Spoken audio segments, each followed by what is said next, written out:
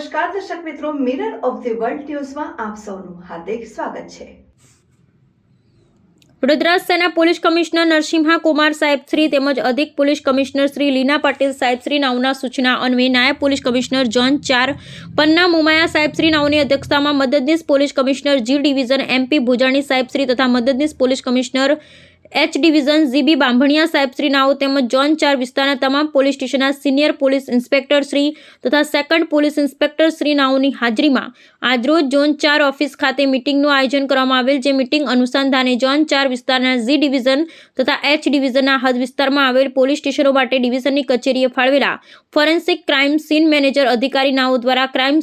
સીનને લગતા ઉપયોગી forensic investigation kit બાબતે ઝોન 4 વિસ્તારના તમામ પોલીસ સ્ટેશન થાણા અધિકારીઓને અવગત કરેલ તથા ક્રાઇમ સીનથી મેળવેલ એવિડન્સને વિવિધ પ્રકારના ટાઈપ 1 થી ટાઈપ 9 ની એવિડન્સ કલેક્શન બેગ કયા પ્રકારના એવિડન્સ માટે કઈ બેગનો ઉપયોગ થાય તેની માહિતી આપવામાં આવેલ છે।